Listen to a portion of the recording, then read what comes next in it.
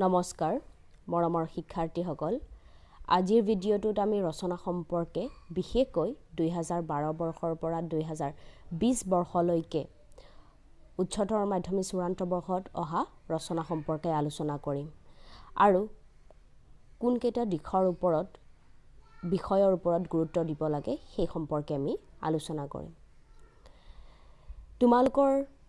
পাঠ্যক্ৰমত ইতিমধ্যে ৰচনাৰ পৰিসৰ তথা পৰিমণ্ডল সম্পৰ্কে উল্লেখ আছে যে কোনকেইটা দিশৰ ওপৰত তোমালোকে গুৰুত্ব দিব লাগে আৰু সেই দিশসমূহ তথা বিষয়সমূহ আছিলে প্ৰথমটো সাহিত্য সংস্কৃতি সম্পৰ্কীয় তোমালোকৰ প্ৰথম বিষয়টো দিয়া হৈছে সাহিত্য আৰু সংস্কৃতি সম্পৰ্কীয় আৰু এই সাহিত্য আৰু সংস্কৃতি সম্পৰ্কীয় বিষয়ৰ ওপৰত তোমালোকৰ 2012 বৰ্ষৰ পৰা 20 বৰ্ষলৈকে প্ৰতিটো বছৰতে ৰচনা অহা দেখা যায় এতিয়া 2012 বৰ্ষত যদি লক্ষ্য কৰা প্ৰথম যিটো ৰচনা আছে সেই ৰচনাটো আছিলে অসমৰ লোক সংস্কৃতি আৰু তোমালোকৰ ৰচনাৰ পৰিসৰ দিয়া হৈছে প্ৰথমটো সাহিত্য আৰু সংস্কৃতি সম্পৰ্কীয় সেইদৰে 13 বৰ্ষটো তোমাৰ প্ৰিয় সাহিত্যিকো কি আমাৰ সাহিত্যৰ সেই পৰিসৰৰ অন্তৰ্ভুক্ত গতিকে আমি 2012 বৰ্ষত যদি লক্ষ্য কৰোঁ তাত প্ৰথমে সংস্কৃতি তথা সাহিত্য আৰু সংস্কৃতি সম্পৰ্কীয় ৰচনা আহিছে দ্বিতীয়তে 13 বৰ্ষটো সাহিত্যৰ ওপৰত ৰচনা তোমালোকৰ আহিছে ইয়াৰ পিছত 2014 বৰ্ষত যদি তোমালোকে লক্ষ্য কৰা তেনেহলে ৰসৰাজ লক্ষ্মীনাথ বেজবৰুৱা সম্পৰ্কে দিয়া হৈছে গতিকে ৰসৰাজ লক্ষ্মীনাথ বেজবৰুৱা প্ৰিয় সাহিত্যিকৰ ভিতৰত পৰে আৰু তাৰ পৰাও আমি অনুমান কৰিব পাৰি যে সাহিত্যৰ ওপৰত 2014 বৰ্ষটো ৰচনা অহা দেখা যায় ইয়াৰ পিছত 2015 বৰ্ষত যদি লক্ষ্য কৰা তোমাৰ প্ৰিয় সাহিত্যিক আহিছে যিটো নেকি 2013 বৰ্ষটো প্ৰথম যিটো ৰচনা আছে তোমাৰ প্ৰিয় সাহিত্যিক আহিছে অৰ্থাৎ 13 বৰ্ষৰ পিছত 14 বৰ্ষক মাজত ৰাখি 15 বৰ্ষত আকৌ তোমাৰ প্ৰিয় সাহিত্যিকৰ ওপৰত প্ৰশ্ন তথা ৰচনা হৈছে এতিয়া ইয়াৰ পৰাও এটা কথা স্পষ্ট হয় যে তোমাৰ প্ৰিয় সাহিত্যিক তথা সাহিত্য আৰু সংস্কৃতিৰ ওপৰত প্ৰতিবাৰেই প্ৰশ্ন অহা দেখিবলৈ পাওঁ এতিয়া আহো 2016 বৰ্ষলৈ 2016 বৰ্ষটো তোমালোকে যদি লক্ষ্য কৰা তাতো তোমাৰ প্ৰিয় গ্ৰন্থ প্ৰথম যিটো আছে ৰচনা সেইটো আছিলে তোমাৰ প্ৰিয় গ্ৰন্থ গতিকে তাৰ পৰাও আমি ধৰিব পাৰিছো যে সাহিত্য আৰু সংস্কৃতিৰ ওপৰত তোমাৰ প্ৰিয় গ্ৰন্থ কি সাহিত্যৰ অন্তৰ্ভুক্ত গতিকে সাহিত্য আৰু সংস্কৃতিৰ ওপৰত একে লেঠাৰিয়ে আমি 12 বৰ্ষৰ পৰা 16 বৰ্ষলৈকে দেখিবলৈ পাইছো ৰচনা অহা এতিয়া 17 বৰ্ষটো যদি লক্ষ্য কৰা তোমাৰ প্ৰিয় সাহিত্যিক আহিছে তোমাৰ প্ৰিয় সাহিত্যিক কেইবাবাৰো অহা দেখিবলৈ পাওঁ 18 বৰ্ষত মানৱ সমাজলৈ বিজ্ঞানৰ অৱদান পৰিৱেশ প্ৰদূষণ নাৰী শিক্ষা আৰু তোমাৰ প্ৰিয় গ্ৰন্থ শেষৰখন তোমালোকে লক্ষ্য কৰা যে ইয়াত 2018 বৰ্ষত 4 নম্বৰ যিটো ৰচনা আছে 4 নম্বৰ ৰচনাটো তোমাৰ প্ৰিয় গ্ৰন্থ অৰ্থাৎ আকৌ সাহিত্যৰ ওপৰত প্ৰশ্ন অহা দেখিবলৈ পাওঁ 2019 বৰ্ষত যদি দ্বিতীয় নম্বৰটো যদি লক্ষ্য কৰা তাত সুন্দৰ আৰু সমাজ গঠনত সৃষ্টিশীল সাহিত্যৰ ভূমিকা আহিছে অৰ্থাৎ 19 বৰ্ষৰ পৰা যদি আমি 12 বৰ্ষৰ পৰা 20 বৰ্ষলৈ লক্ষ্য কৰোঁ তেতিয়া 19 বৰ্ষৰ পৰা তোমালোকে দেখিবলৈ পাবা যে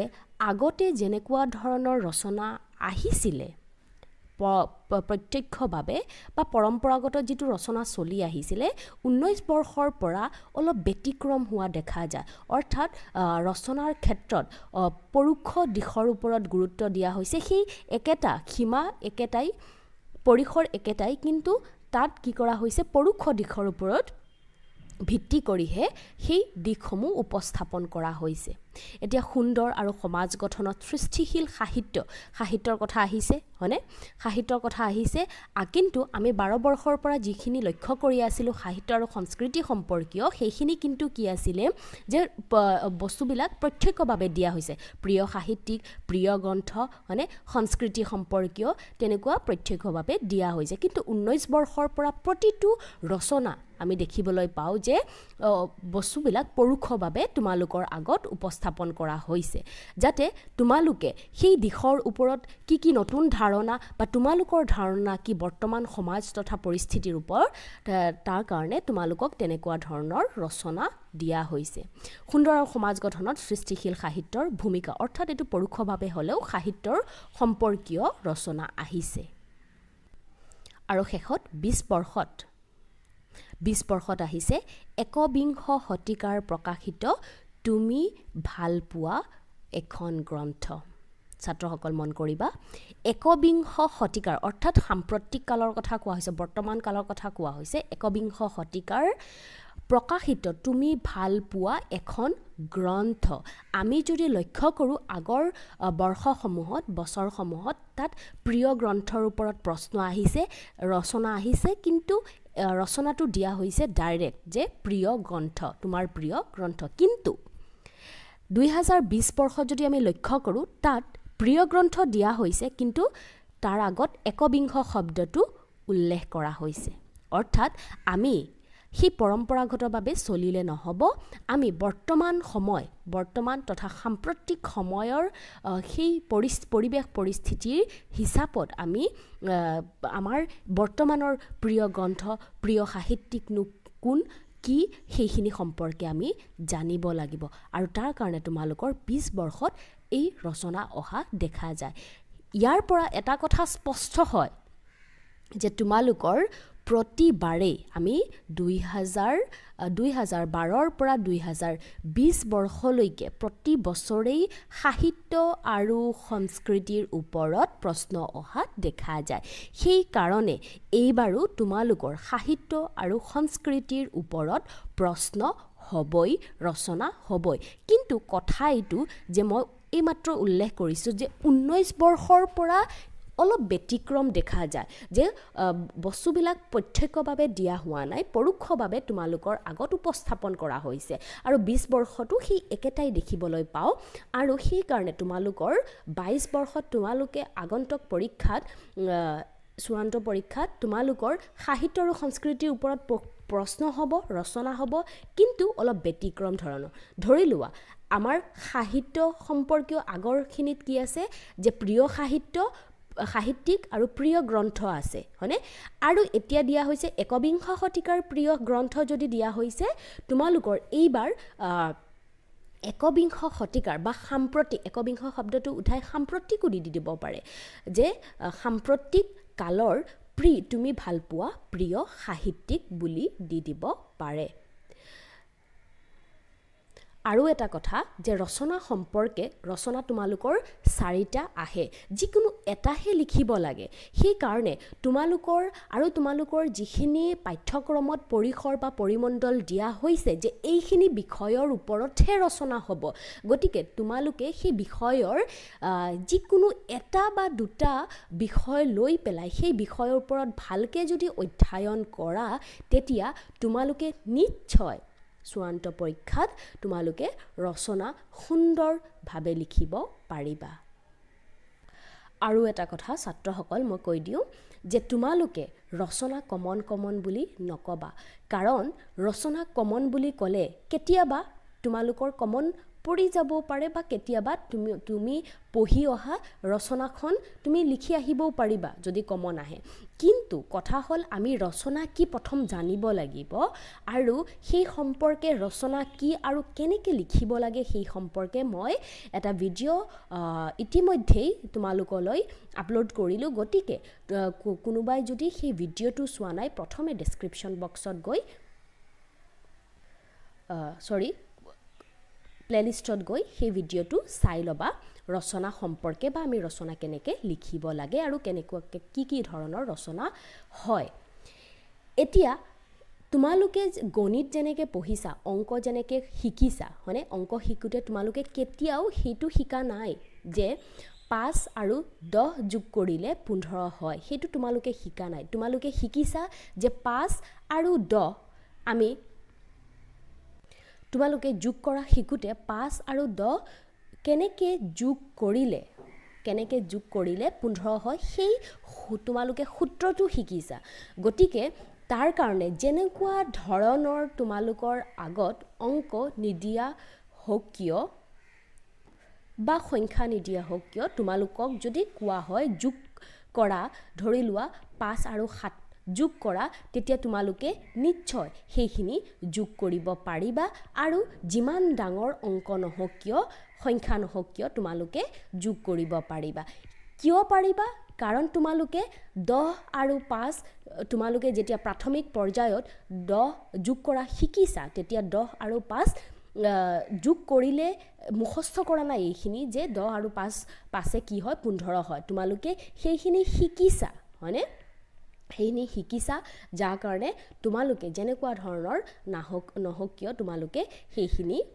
যোগ কৰিব পাৰা বা অংকটো সম্পূৰ্ণ কৰিব পাৰা সেইদৰে ৰচনাও তেনেকুৱা ধৰণৰ যে ৰচনা আমি বিষয়ৰ জ্ঞান থাকিব লাগিব হয়নে বিষয়ৰ জ্ঞান থাকিব লাগিব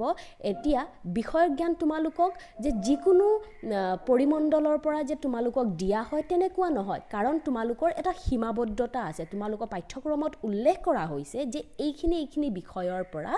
ৰচনা হ'ব পাৰে গতিকে তোমালোকে এইখিনি বিষয় ভালকৈ পঢ়িবা গতিকে বিষয়বিলাকৰ জ্ঞান যদি তোমালোকে ভালকৈ ল'ব পাৰা আৰু যেনেকুৱা ধৰণৰ প্ৰশ্ন নাহক কিয় ৰচনা নাহক কিয় তোমালোকে উত্তৰ তথা ৰচনাটো কৰিব পাৰিবা এতিয়া কথা হ'ল যে আমি সেইখিনি বস্তুৰ ওপৰত গুৰুত্ব দিব লাগিব যে কেনেকুৱা ধৰণৰ প্ৰশ্ন আহি আছিল হয়নে প্ৰশ্ন কেনেকুৱা ধৰণৰ আহি আছিল আৰু আগন্তুক কেনেকুৱা ধৰণৰ হ'ব পাৰে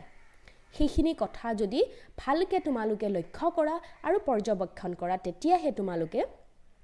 ৰচনা নিশ্চয় তোমালোকে কৰিব পাৰিবা আৰু 10 নম্বৰ এটাৰ ভিতৰত অন্তত 7, 8, 9 পাবও পাৰিবা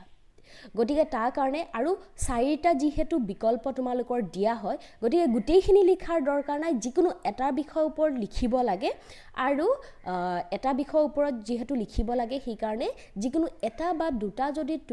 তোমালোকে পৰিসৰৰ সেইখিনি যদি ধৰি লোৱা সাহিত্য আৰু সংস্কৃতিৰ ওপৰত প্ৰত্যেকবাৰে আহে সেইদৰে বিজ্ঞানৰ ওপৰত প্ৰত্যেকবাৰ বিজ্ঞান প্ৰযুক্তিবিদ্যাৰ ওপৰত প্ৰত্যেকবাৰে অহা দেখা যায় এতিয়া বিজ্ঞাননো কি প্ৰযুক্তিবিদ্যা কাৰিকৰী বিজ্ঞাননো কি সেইখিনি সম্পৰ্কে প্ৰত্যেকেই জানা আৰু সেইখিনি যদি আৰু অলপ অধ্যয়ন কৰা যেনেকুৱা ধৰণৰ প্ৰশ্ন তোমালোকৰ ওচৰত নাথাকক কিয় তোমালোকে তাৰ উত্তৰ কৰিব পাৰিবা যিয়ে নহওক ইয়াৰ পিছৰ তোমালোকৰ দ্বিতীয় ভাগটো কি দিয়া হৈছে সেইটো চাই লোৱা যে বিজ্ঞান আৰু প্ৰযুক্তিবিদ্যা সম্পৰ্কীয় ছাত্ৰসকল মন কৰিবা যদি তোমালোকে সাহিত্য আৰু সংস্কৃতি সম্পৰ্কীয় আৰু বিজ্ঞান আৰু প্ৰযুক্তি সম্পৰ্কীয় এই দুটা বিষয়ৰ ওপৰত যদি ভালকৈ অধ্যয়ন কৰা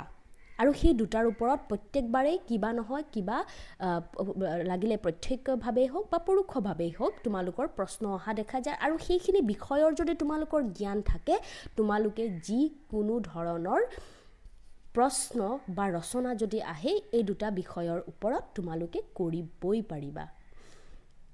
ইয়াত কমন আৰু আনকমনৰ কোনো কথাই নুঠে এতিয়া চোৱা 2012 বৰ্ষত যদি আমি লক্ষ্য কৰোঁ দ্বিতীয়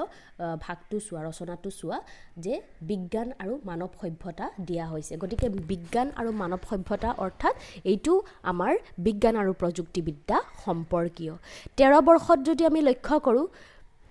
শিক্ষাৰ মাধ্যম হিচাপে দূৰদৰ্শন শিক্ষাৰ মাধ্যম হিচাপে দূৰদৰ্শন এতিয়া শিক্ষাৰ দূৰদৰ্শন কি আমাৰ বিজ্ঞান প্ৰযুক্তিবিদ্যা সম্পৰ্কীয় বিষয় হয়নে গতিকে দূৰদৰ্শন আমাৰ কি হৈছে এইটো পৰোক্ষভাৱে হ'লেও আমাৰ বিজ্ঞান আৰু প্ৰযুক্তিবিদ্যাৰ লগত জড়িত গতিকে বস্তুটো প্ৰত্যক্ষভাৱে দিয়া নাই পৰোক্ষভাৱে দিয়া হৈছে ইয়াৰ পিছত চোৱা 2014 বৰ্ষত যদি আমি লক্ষ্য কৰোঁ মানৱ সমাজলৈ বিজ্ঞানৰ অৱদান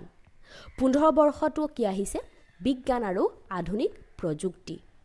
16 বৰ্ষটো আহিছে যে বিজ্ঞানৰ মানৱ সমাজলৈ বিজ্ঞানৰ অৱদান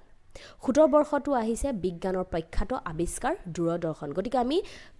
ক্ৰমান্বয়ে 12 বৰ্ষৰ পৰা 17 বৰ্ষলৈকে বিজ্ঞানৰ অৱদানৰ ওপৰত প্ৰশ্ন আহিছে বুলি লক্ষ্য কৰিব পাৰিছোঁ 18 বৰ্ষটো সেইদৰে মানৱ সমাজলৈ বিজ্ঞানৰ অৱদান 19 বৰ্ষত চোৱা 19 বৰ্ষত লক্ষ্য কৰিবা যে মই অলপ আগত কৈছোঁ যে 19 বৰ্ষৰ পৰা অলপ ব্যতিক্ৰম দেখা যায় ব্যতিক্ৰম মানে কি বস্তুবিলাক প্ৰত্যক্ষভাৱে দিয়া নাই অলপ পৰোক্ষভাৱে দিয়া হৈছে কিন্তু বিষয় একেটাই ছ'চিয়েল মিডিয়া আৰু সমাজত ইয়াৰ প্ৰভাৱ ছ'চিয়েল মিডিয়া আৰু সমাজত ইয়াৰ প্ৰভাৱ মানে কি ছ'চিয়েল মিডিয়াও কিহৰ লগত জড়িত হৈ আছে আমাৰ বিজ্ঞান আৰু প্ৰযুক্তিবিদ্যাৰ লগত জড়িত হৈ আছে গতিকে ইয়াৰ ওপৰত প্ৰশ্ন 19 বৰ্ষটো আহিছে আৰু 20 বৰ্ষত যদি তোমালোকে লক্ষ্য কৰা তেনেহ'লে 20 বৰ্ষত ইতিমধ্যে তোমালোকৰ বিজ্ঞানৰ ওপৰত কোনো ধৰণৰ প্ৰশ্ন হোৱা নাই কিন্তু 2021 বৰ্ষত সম্ভাৱনা আছে কাৰণ এতিয়া বৰ্তমান আমি যদি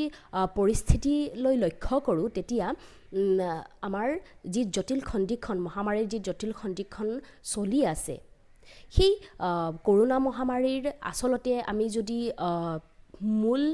বিচাৰি যাওঁ তেতিয়া বিজ্ঞানৰ অভিশাপতহে হৈছে বুলি ক'ব পাৰি কাৰণ সেই চাইনাৰ লেবৰ পৰাহে সেই ভাইৰাছটো উৎপত্তি হৈছে আৰু উৎপত্তি হৈ গোটেই বিশ্ব ব্ৰহ্মাণ্ডখনকে ত্ৰাসৰ সৃষ্টি কৰিছে গতিকে বিজ্ঞানৰ অভিশাপ আৰু অৱদান যদি তেনেকুৱা ধৰণৰ হয় তেনেহ'লে তোমালোকে কৰোনাৰ ওপৰতো দিব পাৰা বা কৰোনা মহামাৰীৰ ওপৰত যদি প্ৰশ্নও হয় তেনেহ'লে সেইটো আমাৰ কি হ'ব একপক্ষীয় বিজ্ঞানৰ অভিশাপ হিচাপেও ক'ব পাৰি বা অথবা তোমালোকৰ যদি সেই কৰোনা মহামাৰীৰ এই খণ্ডিকখনত যে তোমালোকৰ অনলাইন শিক্ষা ব্যৱস্থাটো হৈ আছে সেইটো কি আমাৰ বিজ্ঞান আৰু প্ৰযুক্তিবিদ্যা সম্পৰ্কীয় এটা বিষয় হয় গতিকে আমাৰ প্ৰযুক্তি তথা বিজ্ঞান প্ৰযুক্তি কাৰিকৰীৰ লগত সেইখিনি বৰ্তমান পৰিস্থিতি যিখিনি আমাৰ পৰিস্থিতি চলি আছে গোটেইখিনি সাঙুৰ হোৱা সেইকাৰণে তোমালোকৰ 22 বৰ্ষত তোমালোকৰ তাৰ ওপৰত প্ৰশ্ন হৈ যাব পাৰে যে বিজ্ঞানৰ পৰোক্ষভাৱে বস্তুবিলাক মই বাৰে বাৰে কৈ আছোঁ বস্তুবিলাক প্ৰত্যক্ষভাৱে নিদিয়ে বস্তুবিলাক পৰোক্ষভাৱে তোমালোকলৈ দিয়া হ'ব যে কৰোনা মহামাৰী আমাৰ অনলাইন শিক্ষা ব্যৱস্থা হয়নে বিজ্ঞানৰ অভিশাপ স্বৰূপে কৰোনা মহামাৰী তেনেকুৱা ধৰণৰো প্ৰশ্ন হৈ যাব পাৰে গতিকে মূলতঃ আমি কি কৰিব লাগে বিজ্ঞানৰ অৱদান বা বিজ্ঞান সম্পৰ্কীয় বিষয়ৰ ওপৰত আমি গুৰুত্ব দিব লাগে এতিয়া বিজ্ঞান সম্পৰ্কীয় বিষয় যেতিয়া আহিব তাত অৱদানো আহিব অভিশাপো আহিব গতিকে সেইখিনি সম্পৰ্কে আমি যদি লক্ষ্য ৰাখোঁ আৰু তাৰ ওপৰত যদি গুৰুত্ব দিওঁ তেতিয়া আমি নিশ্চয় নিঃসন্দেহে আমি ৰচনা কৰিব পাৰিম ইয়াৰ পিছত তৃতীয় পৰিসৰটো আছিলে সামাজিক আৰু প্ৰাকৃতিক পৰিৱেশ সম্পৰ্কীয় মন কৰিবা ছাত্ৰসকল এই তিনিটা বিষয়ৰ ওপৰত যদি তোমালোকে ভালকৈ গুৰুত্ব দিয়া ভালকৈ অধ্যয়ন কৰা তেনেহ'লে তোমালোকে নিঃসন্দেহে ৰচনাৰ যিকোনো ধৰণৰ ৰচনা নাহক কিয় তোমালোকে উত্তৰ কৰিব পাৰিবা কৃষি আৰু অৰ্থনীতি সম্পৰ্কীয় ক্ৰীড়া সম্পৰ্কীয় ভ্ৰমণ সম্পৰ্কীয় কিছু কম অহা দেখা যায় বাকীবিলাকৰ তুলনাত কিন্তু সাহিত্য সংস্কৃতি বিজ্ঞান প্ৰযুক্তিবিদ্যা সামাজিক আৰু প্ৰাকৃতিক পৰিৱেশৰ ওপৰত বেছিকৈ প্ৰতিবাৰেই প্ৰশ্ন অহা দেখা যায় এতিয়া চোৱা তৃতীয় ৰচনাটো যদি লক্ষ্য কৰা যে পৰিৱেশ প্ৰদূষণ আৰু ইয়াৰ প্ৰতিকাৰ আমাৰ কি আহিছে পৰিৱেশ সম্পৰ্কীয় ৰচনাটো আহি গ'ল 2012 বৰ্ষত ইয়াৰ পিছত 13 বৰ্ষটো সেইদৰে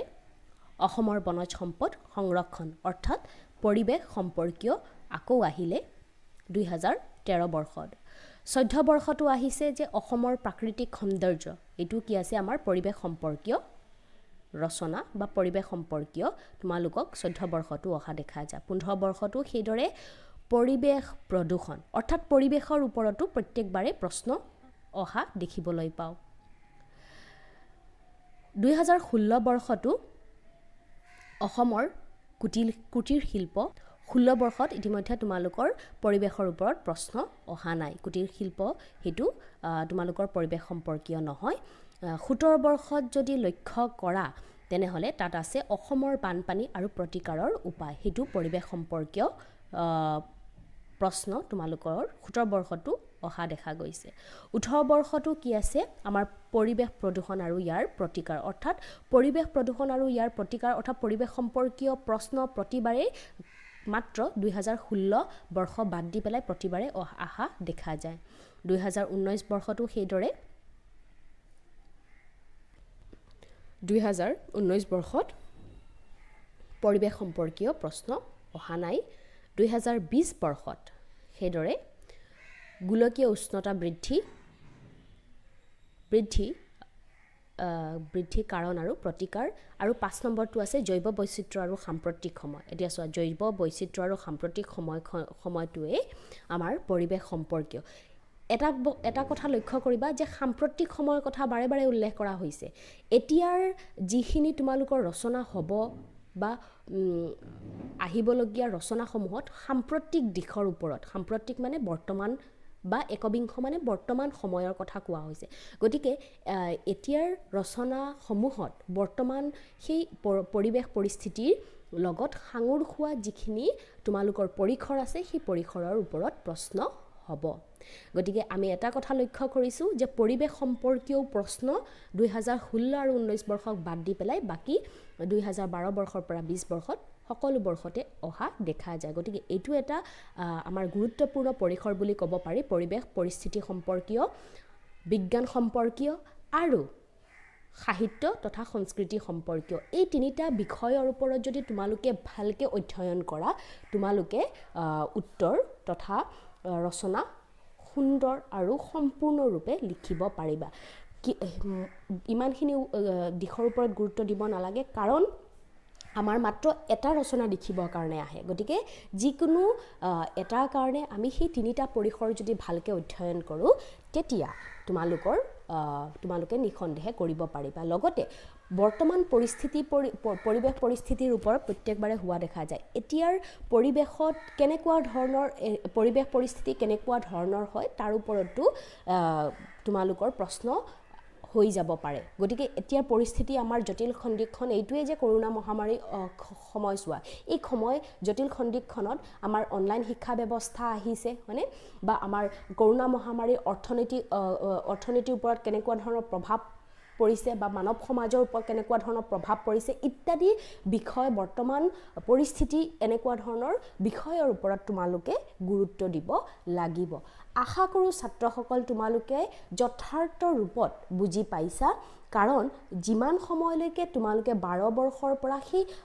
আগৰ প্ৰশ্ন কাকত বা ৰচনাসমূহ যদি তোমালোকে ভালকে বিশ্লেষণ নকৰা তেনেহলে তোমালোকে ধৰিব নোৱাৰিবা যে